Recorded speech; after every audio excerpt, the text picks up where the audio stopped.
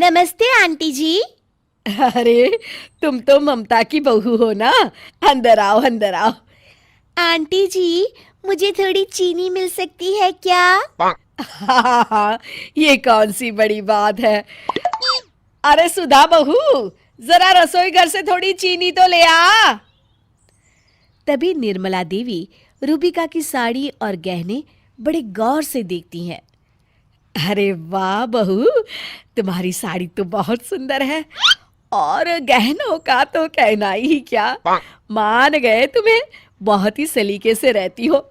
मेरी नजर में तो बहू तुम्हारी जैसी ही होनी चाहिए। हाँ।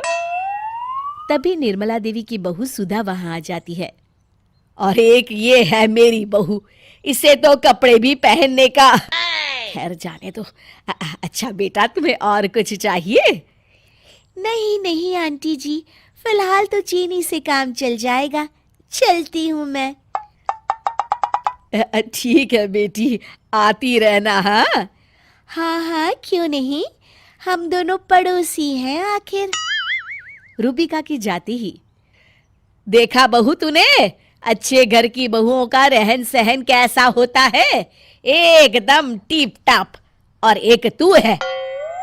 सुधा अपनी सास के स्वभाव से अच्छी तरह परिचित थी, इसलिए बिना कोई जवाब दिए घर के काम करने में लगी रहती है। फिर एक दिन, ये लीजिए आंटी जी, आज मैंने गर्मा गर्म समोसे और जलेबियां बनाई हैं।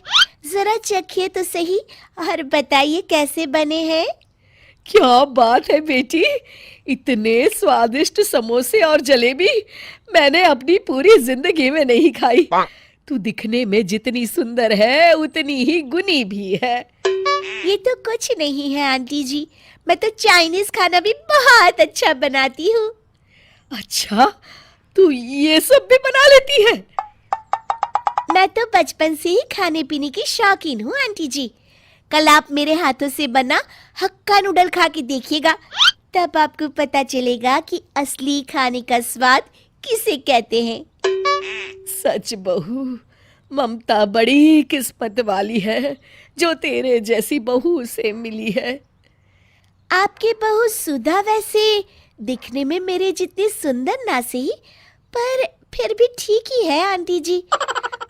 वैसे घर के काम तो अच्छी तरह कर ही लेती होंगी ना? अरे घर के काम क्या खाक कर लेती है। अरे पता नहीं पिछले जन्म में कौन से पाप किए थे कि मुझे सुधा जैसी निकम्मी बहू मिली है। अरे इसे तो ठीक से रोटियां तक बेलना नहीं आता।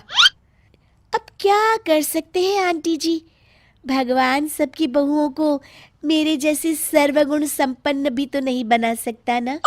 अच्छा आंटी जी, चलती हूँ मैं, शाम को मुझे ब्यूटी पार्लर जाना है। आप भी चलिए ना मेरे साथ।